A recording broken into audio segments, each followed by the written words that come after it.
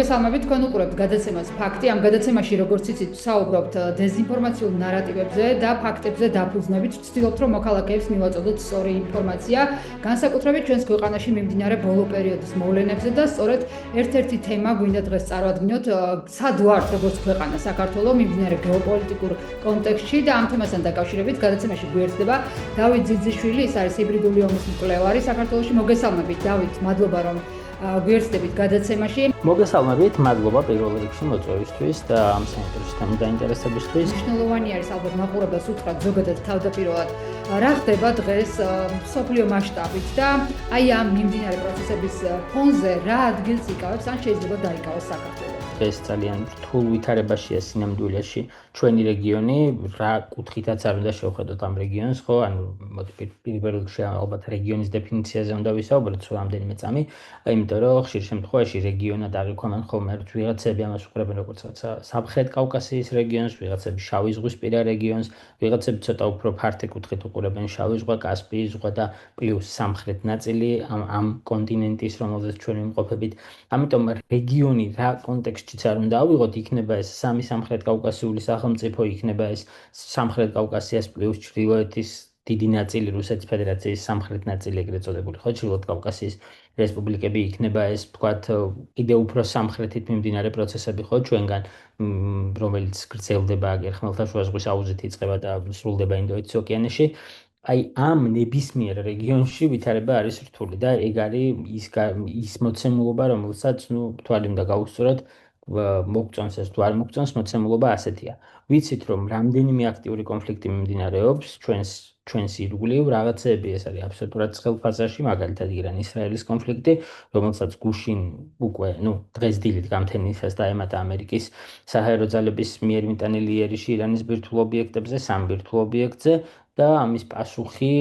ჯერ არ არსებობს, ანუ არ არის პასუხი გაცემული, თუმცა ვიცით უკვე, რომ ეს პასუხი არ იქნება ის მშვიდობა, რომელზეც ამერიკის პრეზიდენტი საუბრობდა, ანუ ამერიკის პრეზიდენტმა დილით მიმართა ამერიკულ საზოგადოებას და მსოფლიოს პრინციპში და უთხრა, რომ მისი ამოცანა რაც იყო, ანუ ირანის ბირთვული პროგრამის შეჩერება პრინციპში მან მიაღწია ამას, როგორც თვითონ თქვა, იმ ავიადარტყმების შედეგად, რომელიც განახორციელა ირანის ტერიტორიაზე ამერიკის საჰაერო ძალებმა და ამის შემდეგ იგი მზად არის იმისთვის, რომ ისაუბროს მშვიდობაზე და მშვიდობის, ესე იგი, დამყარებაზე აღნიშნულ რეგიონში. თუმცა სამწუხაროდ პასუხი მოსალოდნელიც იყო ალბათ, რომ ირანის მხრიდან იყო ძალიან მარტივი, რომ ისინი არ განიხილავენ ამ ეტაპზე მშვიდობას, იმიტომ რომ არ ფიქრობენ, რომ ეს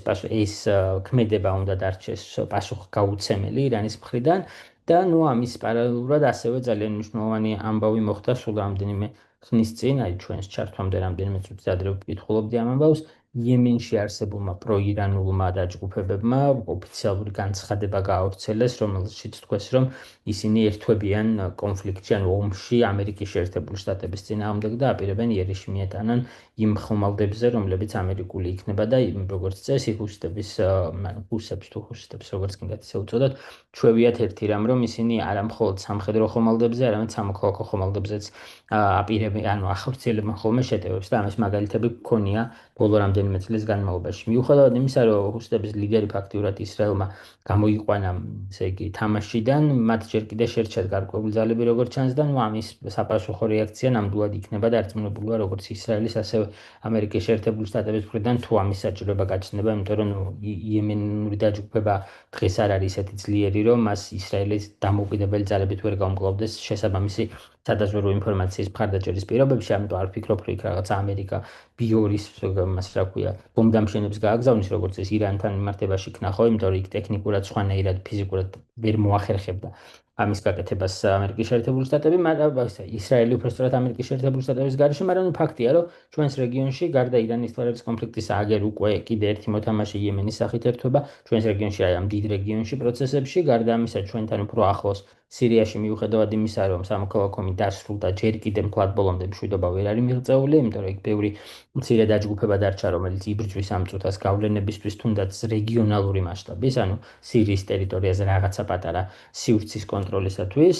ასევე ვიცით, რომ სამხედრო თვალსაზრისით შესაძლებელია ყველაფერი მშვიდად არის და ნამდვილად ესე არის თურქეთის ტერიტორიაზე, თუმცა თურქეთში პოლიტიკური კრიზისი სულ უფრო და უფრო აქტიური გახდება იმასთან ერთად, რომ არჩევნები მოახლოვდება თურქეთში, ანუ სტამბოლის მერის დაკავება არ არის ამბავი, რომელიც მოხდა და всё, ამას გაგრძელება არ ექნება. რა სტამბოლის და რამდენიმე დიდი ქალაქის მერების დაკავებას, პლუს სტამბოლის მერის მთელი კამპანიის, ესე იგი, ხელმძღვანელობის დაკავებას ფაქტიურად ესე მარტივად არ ჩაუვლია, როგორც ჩანს, ჩვენ შეიძლება ამას არ ვადევნებთ ხოლმე ყოველდღიურ რეჟიმში თვალყურს, თუმცა თურქეთის ოპოზიცია იმზადება იმისთვის, რომ ესე იგი, მომდევნო არჩევნებში ერდოღანი კიდევ უფრო დასუსტდეს, ვიდრე აქამდე იყო დასუსტებული. ოპოზიცია ამას ასე უყურებს, ერდოღანი ფიქრობს, რომ იგი სუსტი არ არის ამ წუთას და მას აქვს ძლიერი პოზიციები და იჭერს ვისაც უნდა. ამიტომ პოლიტიკურადაც და უსაფრთხოების თვალსაზრისით საკმაოდ მძიმე გამოწვევებში ვიმყოფებით და რუსეთ-უკრაინის მიმდინარე ომი, რომელზეც ახლა ბევრს არ ვისაუბრებ, იმიტომ რომ ეგ ყველამ კეთიცის ვიდრე ვთქვა შეიძლება ის პროცესები, რომელზეც აქამდე ვილაპარაკე. სად ვართ ჩვენ? საქართველოს რა პერსპექტივები აქვს უსაფრთხოების კუთხითაც, თუ გავითვალისწინებთ, რომ ეროვნული უსაფრთხოების საბჭო აღარ არსებობს, დაზვერვის სამსახური სუსში ინტეგრირდა, აი ამ მოცემულობით რა ადგილი შეგვიძლია დავიკავოთ, ან რა პროგნოზის გაკეთება შეგიძლია? ეგ არის ალბათ ყველაზე რთული ამბავი ჩვენი სახელმწიფოებრიობისთვის ამ წუთას, იმიტომ რომ ჩვენ ფაქტიურად ვართ ყველა ამ პროცესს მიღმა. ანუ ჩვენმა ხელისუფლებამ და ღიად უნდა ვთქვა ეს ამბავი, რომ აი ამ თავისი რაღაცა მშვიდობა ომის ნარატივში აირჩია პოზიცია, რომელიც არის პოზიცია, რომელიც აი ამ ყველაფრის მიღმა გამყოფებს და როგორც წესი, ასეთი გლობალური მოვლენების ფონზე შენ მიღმა ვერ რჩები რა. ანუ მიღმა დარჩენა ნიშნავს აპრიორ ვიღაცის ქვეშ დარჩენას და ეს ვიღაცა ვინ არის ყველასაც ნათელია რა. იმიტომ რომ ჩვენს რეგიონში ამ წუთისათვის მებრძოლი ძალებიდან ორი მსხვილი ძალა არსებობს. ეს არის დასავლური ძალები და ეს არის პირდაპირ ჩრდილოეთის ძალა. მიუხედავად იმისა, რომ ხელისუფლებამ სცადა, რომ ჩინეთი შემოეტანა რამენაირად ამ კონტექსტში და რაღაც დაიწყო ჩინეთთან სტრატეგიული პარტნიორობა და ასე შემდეგ, ერთი ანაკლიის სპორტის მშენებლობის კონტრაქტს ვერ მოაწერინეს ჩინელებს ხელი რა სინამდვილეში და მთელი ეს ამბავი იყო რაღაცა არჩევნების შემდგომ პროცესების გადაგორების მცდელობა. ცალსახად ამ წუთას რასაც ვხედავთ, ის რო ქართული ეკან ციფრებში რასაც უყურებთ მათ შორის რა, რომ ხელისუფლება გამოდის და ამბობს, რომ იზრდება ეკონომიკა, იზრდება ეს შვება, ამაშვება, ეგ ყველაფერი ცალსახად მიბმული არის პირდაპირ რუსეთზე. თუ კი გავითვალისწინებთ იმას, რომ ბოლო წლის განმავლობაში საქართველოში პირდაპირ უცხოური ინვესტიციის საერთო რაოდენობა 300 მილიონს არ აცილებულა, ანუ რაც კატასტროფულად დაბალი მაჩვენებელია. ომის მერე გქონდა ეგეთი მაჩვენებელი, აი 2008 წელს ომი რომ მოხდა, აი მაგის მერე გქონდა ეგეთი მაჩვენებელი, რაც ახლა არის რა პირდაპირ უცხოური ინვესტიციის და აი ხა 300 მილიონზე ვსაუბრობ მაქსიმუმზე, თორე 198 მილიონი თუ რაღაცა ჯამში რეალურად, რასაც ოფიციალურად სტატისტიკის ეროვნული სამსახური ამბობს. ხო და თუ ამას გავითვალისწინებთ, ამის ფონზე ეკონომიკის ზრდა წარმოუდგენელია, თუ ამას ხელს არ უწყობს რაღაც ჩრდილოვანი მექანიზმები და ვიცით რა არის ეს ჩრდილოვანი მექანიზმები. ეს არის ორმაგი დანიშნულების ტვირთების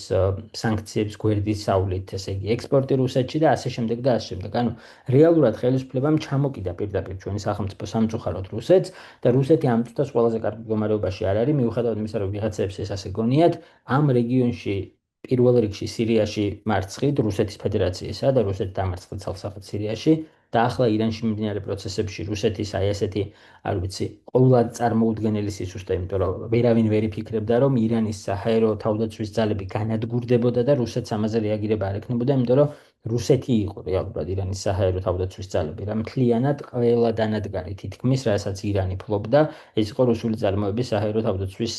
აპარატები, რომლებიც ითვლება, ანუ როგორც რუსები თვლიან, არის მსოფლიოში საუკეთესო, ანალოგის არ მქონე და ასე შემდეგ და 12 საათში გაქრა ეს საჰაერო თავდაცვის ძალები და გაქრა რუსეთის მხარდაჭერა ირანის მიმართაც, მათ შორის პოლიტიკურ დონეზეც კი ერთადერთი დღეს მედვედევმა რაღაც სრული სისულელე მობოდა იმასთან დაკავშირებით, რომ ესე იგი შესაძლოა მათ ქონდეთ, ესე იგი мотиваცია, რომ ირანს გადასცენ ბირთვული იარაღი. ანუ აღარ არის მსოფლიო, ის მსოფლიო, როცა რავი ჩრდილოეთ კორეას გადასცა რუსეთმა ბირთვული იარაღი და აქეთ მერე სამხრეთ კორეამაც მიიღო ეს ბირთვული იარაღი. დღეს ამას არავინ ჯერ ერთი რო გადასცენ ელემენტარულად ტრანსპორტირების საშუალება უნდა ქონდეთ მაგ ბირთვული იარაღის უსაფრთხოდ და გზა უნდა არსებობდეს უსაფრთხო და დღესდღეობით რუსეთსა და ირანს შორის უსაფრთხოება ერთადერთი უსაფრთხო კორიდორი კასპიის ზღვა არის და ამ კასპიის ზღვასაც დიდად ვეღარ აკონტროლებენ უკვე, თუ იმას გავითვალისწინებთ, რომ კასპიის ზღვაში აზერბაიჯანის ინტერესებიც საკმაოდ დიდია და თუ იმას გონია, რომ ეხა ირანი და რუსეთი უდიდესი სახელმწიფოებია და აზერბაიჯანი არ ჩაერევა მათ შორის რაღაცა გაცვლებში სხვადასხვა ტიპის ტვირთის ცდება ამაში, იმიტომ რომ აზერბაიჯანს ცალსახა ინტერესი აქვს ირანის როგორც სახელმწიფოს დასუსტებისა, ამის რამდენიმე მიზეზი არსებობს, მათ შორის რელიგიური მიზეზი და მათ შორის ის, რომ აზერბაიჯანული უზარმაზარი ეთნიკური ჯგუფი ცხოვრობს ირანის ტერიტორიაზე და ერთი დიდი პროვინცია აზერბაიჯანი ფაქტიურად ირანისა, ანუ აზერბაიჯანი ქვია პირდაპირ მნიშვნელობით პროვინციას, რომელიც აზერბაიჯანის როგორც სახელმწიფოს ესაზღვრება ირანის მხარეს და იქ მცხოვრები ადამიანები იდენტიფიცირებას საკუთარი თავისას არ ახდენენ ირანთან, უფრო ნაკლებად ახდენენ ვიდრე აზერბაიჯანთან. ამიტომ ეგეთი მარტივი მოცემულობაც არა აქვს რუსეთს და სამწუხაროა, რომ ჩვენი სახელმწიფო თავისი აი ამ ისტორიულ მონაკვეთში, როცა ძალიან ბევრი რაღაცის შანსი ჰქონდა და ჯერ კიდევ გვინარჩუნდება მეტნაკლებად რაღაც შანსები, თუმცა ძალიან მცირე ვიდრე ჰქონდა მაგალითად 2024 წლის შუა პერიოდში, დასაწყისშიც და ბოლოსაც, ჩვენ სამწუხაროდ ვრჩებით, არ ვიცი, უკანაეზოდ რუსეთის ფედერაციისა, პირდაპირ შეგვიძლია ვთქვა და რაც ყველაზე მთავარია, აი ამ შვიდობის ნარატივში, რომ შვიდობა არის ჩვენს ქვეყანაში, სინამდვილეში ვიმყოფებით მოცემულობაში, როცა ამაზე სუსტი სახელმწიფო არ გქონია, მე მგონი საქართველოს დამოუკიდებლობის არსებობის პირობებში. როგორც თქვით, აღარ გვაქვს დაზვერვის სამსახური, რომელიც შეუერთდება სახელმწიფო უსაფრთხოების სამსახურს, მაგრამ ჩვენ ვიცით ეს რას ნიშნავს სინამდვილეში, საქართველოს დაზვერვის სამსახური პირდაპირ იყო, ესე იგი, ყველაზე ახლო მოკავშირე საქართველოს სახელმწიფო უწყებებს შორის ამერიკის შეერთებული შტატების და ნატოს. ანუ მაგაზე ახლო მოკავშირე ბოლო პერიოდში დარჩენილი აღარ იყო საქართველოში. თავდაცვის სამინისტრო და დაზვერვის სამსახური ორი ინსტიტუცია იყო, რომელიც ძალიან ახლო კონტაქტში იყო ჩვენს დასავლელ პარტნიორებთან. თავდაცვის სამინისტროში რა ხდება ვიცით, თანამშრომლობს პანტაპუნტით უშვებს მინისტრი, იმის გამო რომ ისინი ევროატლანტიკური ინტეგრაციის კურსს უჭერენ მხარს, დაზვერვის სამსახური იყო ერთადერთი სამსახური, სადაც ეგეთი წმენდა აქამდე არ ყოფილა და ხელისუფლებამ გადაწყვიტა, რომ პოლიტიკური წმენდა ჩაატაროს დაზვერვის სისტემაში, რაც წარმოუდგენლად დაასუსტებს ამ სისტემას, ვინმეს თუ გონია, რომ ეხა პოლიტიკური წმენდა არაფერია, ეგრე არ არის რა, სინამდვილეში პოლიტიკური წმენდა ასუსტებს პროფესიონალებისაგან ესეთ ინსტიტუციებს, ამიტომ ჩავთვალოთ, რომ დაზვერვის რესურსები კიდევ უფრო შეგვიმცირდება, ვიდრე ჰქონდა, ისედაც არ იქნებოდა ეს უზარმაზარი ხა თქვა თურქეთის და ამერიკის შეერთებული შტატების ფონზე, ჩვენ დაზვერვის შესაძლებლობები ბუნებრივია, რომ ვერ იქნებოდა დიდი და კიდევ უფრო ვასუსტებთ ამ შესაძლებლობებს. გარდა ამისა, ვაუქმებთ ესე იგი უსაფრთხოების საბჭოს როგორც დამოუკიდებელ სტრუქტურას, მას შეიყვანენ კანცელარიაში და რავი დაახლოებით იგივე სტატუსი ექნება, რაც მაგალითად კანცელარიის ნებისმიერ სხვა დეპარტამენტს, სახელმწიფო კანცელარიის შემადგენლობაში მყოფ ნებისმიერ სხვა დეპარტამენტს რა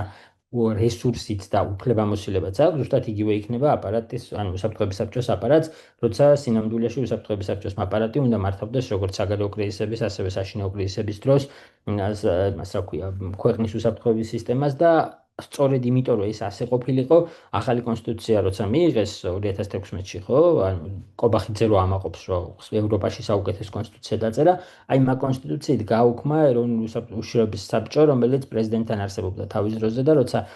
უფლებამოსილებები, ესე იგი, გადაანაწილეს, დიდი მარგველაშვილთან არსებული თავის დროზე საბჭო ჩაანაცვლეს აი რაღაცა ღარიბაშვილმა შექმნეს თავისი ორსაბჭოიანობა ჰქონდა რაღაც პერიოდი ქვეყანაში და მერე ის საბჭო გააუქმეს, ეს დატოვეს და ახლა ამასაც აუქმებენ, იმიტომ რომ უბრალოდ არ უნდათ რა, უბრალოდ თვლიან რომ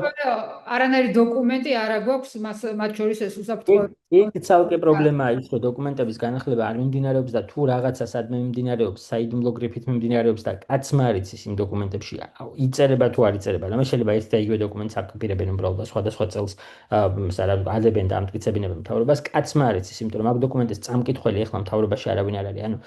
ვინც მაგ დოკუმენტს წაიკითხავდა, გაიგებდა რა წერია შეგნით და აღასრულებდა, ეგ ადამიანები სამსახურებიდან გაყარეს სინამდვილეში რა და ახლა კიდე აგდებენ იგივე ანუ ვინც დარჩენილი იყო სისტემაში იმ ადამიანებს. ამიტომ ჩვენ ვხვდებით კატასტროფულად მოწყვლადი უსაფრთხოების სისტემით, პირდაპირ ვთქვათ, მოშლილი საინფორმაციო უსაფრთხოებით, იმიტომ რომ ჩვენი საინფორმაციო უსაფრთხოების სისტემა ფაქტიურად მთლიანად არის ამ წუთას რუსეთის მიერ და ოკუპირებული და რუსი ძალიან ბევრი IT სპეციალისტი, რომელიც საქართველოში შემოვიდა, რასაკეთებს კაცმა არ იცის, შეგიძლიათ ნახოთ ბიზნესის რეგისტრაციის, ესე იგი, ჩანაწერები და სტატისტიკა და აღმოაჩენთ, რომ რამდენიმე 1000 ადამიანია საბოლოო ჯამში როგორც ესეთი ფრილანსერი, დამოუკიდებელი. უმეტეს ახლა უმარტივებენ აქ დამკვიდრებას IT სპეციალისტებს. მეწარმე დარეგისტრირებული და მათ შორის ძალიან ბევრი, ხო და მათ საქმიანობის შესახებ არანაირი ინფორმაცია სახელმწიფოს არ აქვს. ამიტომ ჩვენ ახლა ვიმყოფებით მოცემულობაში, როცა ყველა მხრიდან არის საფრთხე, მაგრამ საფრთხესთან არის ერთად არის ყველა მხრიდან ახალი შესაძლებლობები და ჩვენ სამწუხაროდ საფრთხეს ვხვდებით მოწყვლადები და შესაძლებლობებს ვხვდებით ყოველგვარი мотиваციის და უნარის გარეშე რომ გამოვიყენოთ ეს შესაძლებლობები. და აქ უნდა გავითვალისწინოთ დავით რომ ის ტოლვილთა ნაკადი რომელზეც მიდის ახლა აქტიურად საუბარი კიდევ რა დამატებით სირთულე შექმნის ჩვენი ქვეყნისთვის და როგორ წარმოგიდგენია რა რეალობა შეიძლება მივიღოთ აი ამ ყოველფრის გათვალისწინებით. ხო, ეგ კიდე ცალკე ამბავია, როცა მიდის ლაპარაკი იმაზე, რომ შესაძლოა ირანიდან დაიძრას ლტოლვილთა დიდი ჯგუფები, ირანიდან უკვე დაძრული არის მცირე ჯგუფები ლტოლვილებისა, რომლებიც ახლომდებარე სახელმწიფოებში მეტნაკლებად მოხერხდა და გადანაწილდა, თუმცა რო წარმოიდგინოთ ირანის ახლომდებარე სახელმწიფოები რა არის, ის ლტოლვილები, რომელთაც ახლა ვსაუბრობ, ძირითადად არიან ადამიანები, რომლებიც ეთნიკური მახასიათებლის მიხედვით გადავიდნენ თავის რაღაცა მეზობელ კი არა და ეთნიკურად ვისა მაგალითად აზერბაიჯანის პროვინციიდან აზერბაიჯანელები გადავიდნენ აზერბაიჯანში მარტივად რო ვთქვათ რა თუმცა საზღვარი ძალიან მკაცრი კონტროლის ქვეშაა ფაქტობრივად ჩაკეტილი აქ ალიევს და ეგეთი მარტივი არ არის რა რომ მიგრანტები დევნილები ან ლტოლვილები ჩავიდნენ აზერბაიჯანის ტერიტორიაზე იგივე ხდება ირანის ჩრდილო-აღმოსავლეთით მდებარე საზღვრებთან მიმართებაში დანარჩენს რაც შეეხება რავი ხე ირანი არის ერახში რატომ უნდა გაიქცე არ ვიცი იმიტომ რომ არც ერთ მხარეს არ არის ამ წუთას სიმშვიდე და რაღაცა დაალაგებული სახელმწიფო. ამიტომ ირანელი დევნილების დიდი ნაკადები, ლტოლვილების დიდი ნაკადები თუ ეს ომი გაგრძელდა ხანგრძლივი დროის განმავლობაში აუცილებლად იქნება. მათ შორის შესაძლებელია ისინი საქართველოშიც შეეცადონ ჩამოსვლას, იმიტომ რომ ეს გზა გაკეპნილი აქვთ, ანუ იციან როგორ შეიძლება ამ გზის გამოყენება. მე მოდი არ შევაშინებ ჩვენს მაყურებელს და არ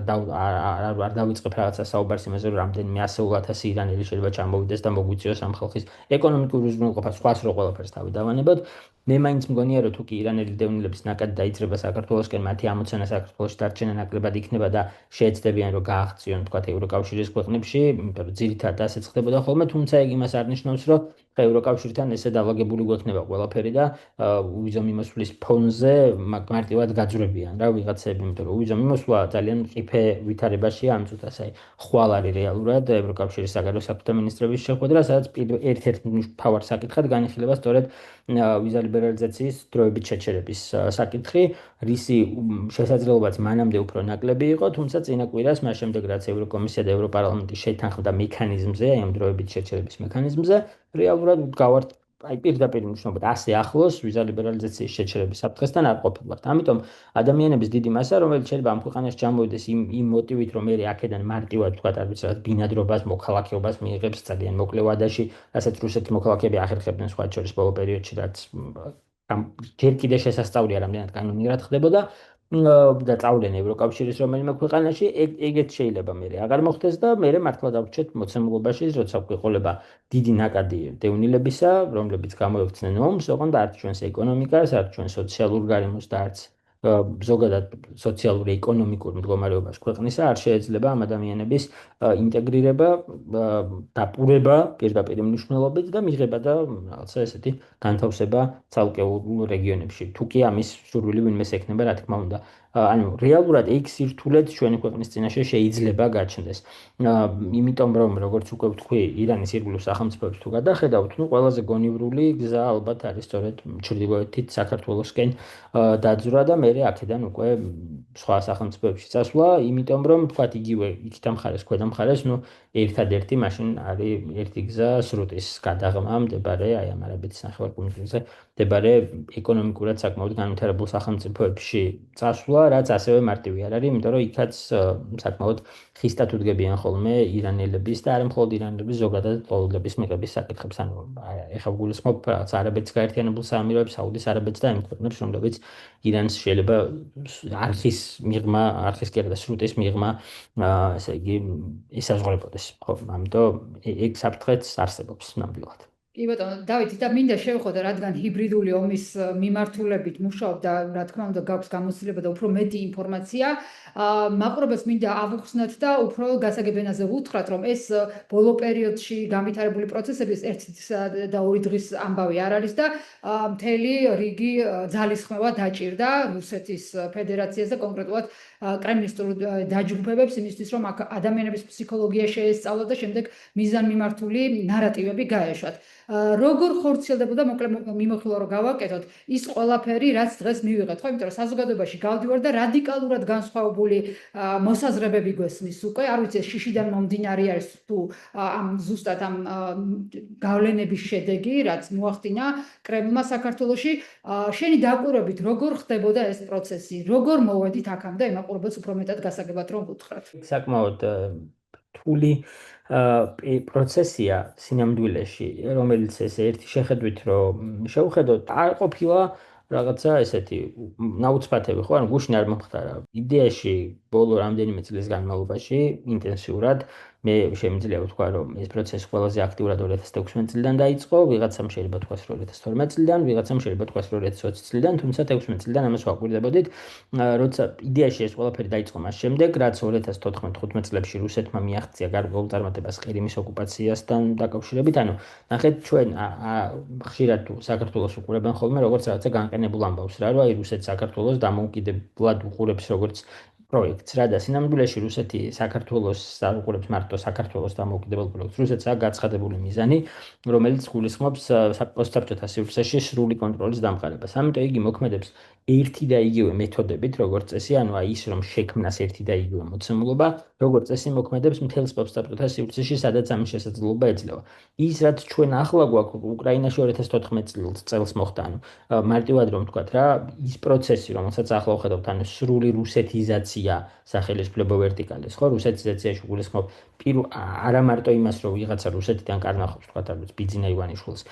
რა უნდა გააკეთოს ბიძინა ივანიშვილმა, არამედ გულისხმობ იმას, რომ სახელმწიფო სისტემების და სტრუქტურების რუსული მმართველობის ყაიდაზე, კორუფციული გახრწნილი მმართველობის ყაიდაზე გადაყვანას გულისხმობ პირველ რიგში ამ ამბავში, იმიტომ რომ თუ კი ეს ასე არ არის, სისტემა მეტნაკლებად წინააღმდეგობას წევს ხოლმე რა, მაინც და მიუხედავად ოლიგარქის მმართველობისა, ახერხებს რომ ოლიგარქს წინააღმდეგობა გაუწიოს რაღაცებში, მაგრამ თუ კი სისტემა ჩამოიშლება და რუსული ყაიდის მმართველობა მკვიდრდება ქვეყანაში, იქ მერე ძალიან რთულია რაიმეზე საუბარი, ხო და აი ჩვენთან რეალურად ეს პროცესი მას მერე გააქტიურდა ყველაზე მეტად, რაც უკრაინაში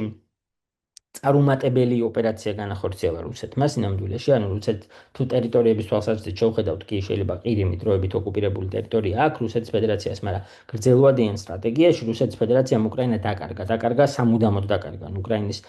რაიმეს სახით რუსეთთან ურთიერთობის აღდგენის შესაძლებლობა ფაქტიურად გამორიცხულია მას მერე, რაც 2022 წელს დაიწყო, თუმცა 2015 წლიდან ეს ასე იყო რა, ანუ მას მერე რაც ყირიმის, დონეცკის და ლუგანსკის ოლქებში ეს საოკუპაციო ძალები შეიყვანა, იქ დამთავრებული იყო რუსეთ-უკრაინის ამბავი. და რუსეთი მიხვდა, რომ შესაძლებელია კრიტიკულ ვითარებაში საქართველოშიც იგივე მოცემულობა დაუდგეს, მიუხედავად იმისა, რომ საქართველო არ არის 50 მილიონიანი სახელმწიფო, მაინც წინააღმდეგობის გაწევის უნარი ამ ხალხს აქვს და ძლიერი საერთაშორისო მხარდაჭერის პირობებში რუსეთი დაკარგავდა საბოლოო ჯამში საქართველოს გავლენას, რაც მისთვის ავტომატურად ნიშნავს გავლენის დაკარგვას როგორც სომხეთზე, ასევე აზერბაიჯანზე. სომხეთზე გავლენა დაკარგა რუსეთის ფედერაციამ, კი ვხედავთ სომხეთში რაც ხდება და სომხეთი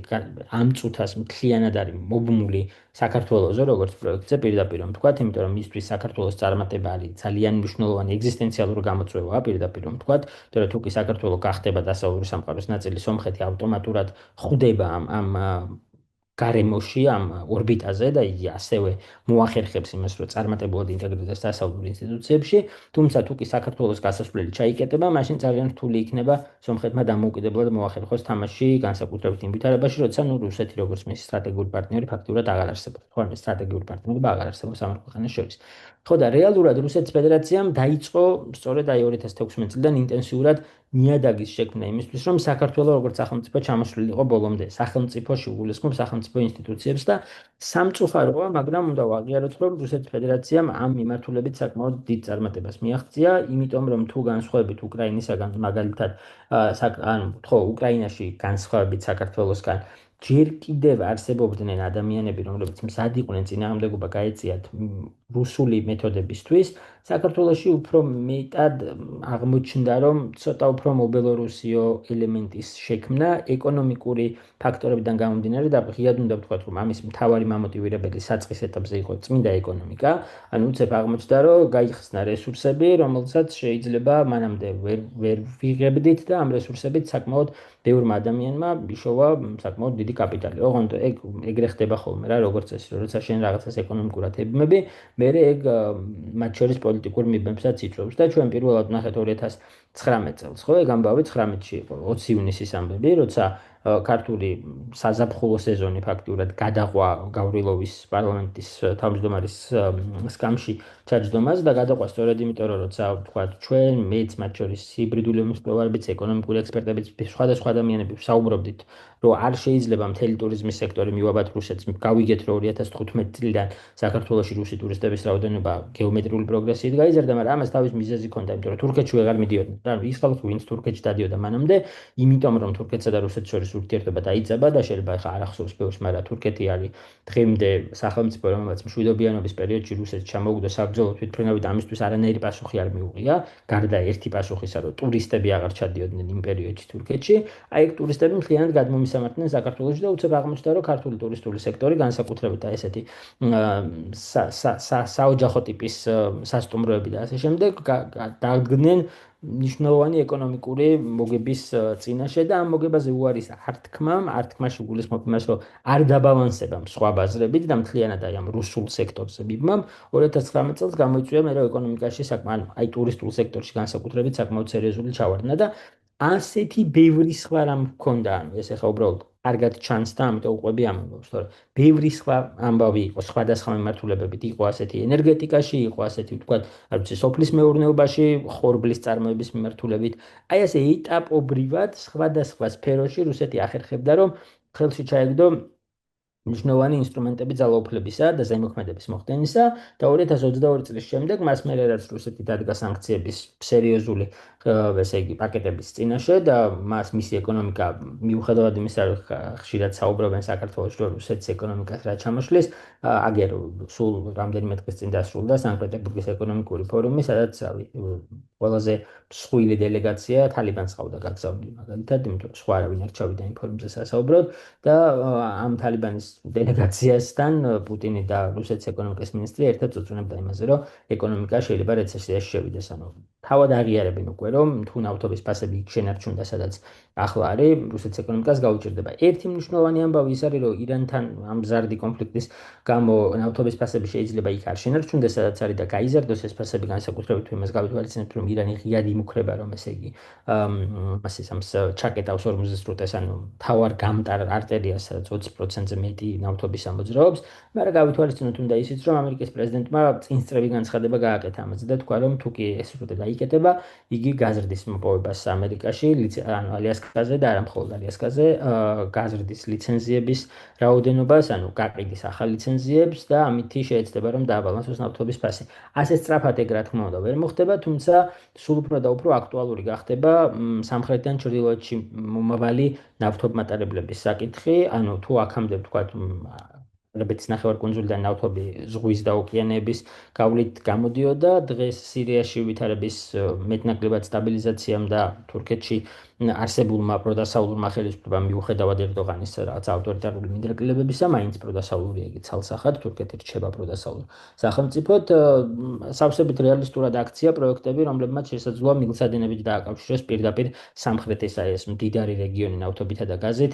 ევროპას და ძირითად მომხმარებლებს გაზისა და ნავთობისა პირდაპირ მილსადენებით დააკავშიროს და ეს გავლენები, ეს გრძელვადიანი ამბავია ცალსახად, თუმცა ხო და მოკლევადიან პერსპექტივაში ეს ფაზზე ვერ იმოქმედებს, მაგრამ აი ნავთობის მოპოვების გაზრდა, ვთქვათ, არა მაგ რეგიონში, არამედ სხვა რეგიონებში, მათ შორის ამერიკის შეერთებულ შტატებში, რომელსაც უზარმაზარი მარაგები აქვს სინამდვილეში თავისი ნავთობისა და გაზის, ჩათვალეთ, რომ შესაძლებელს გახდის, რომ ნავთობის ფასი იმაზე მეტად არ გაიზარდოს, ვიდრე ეს, ვთქვათ,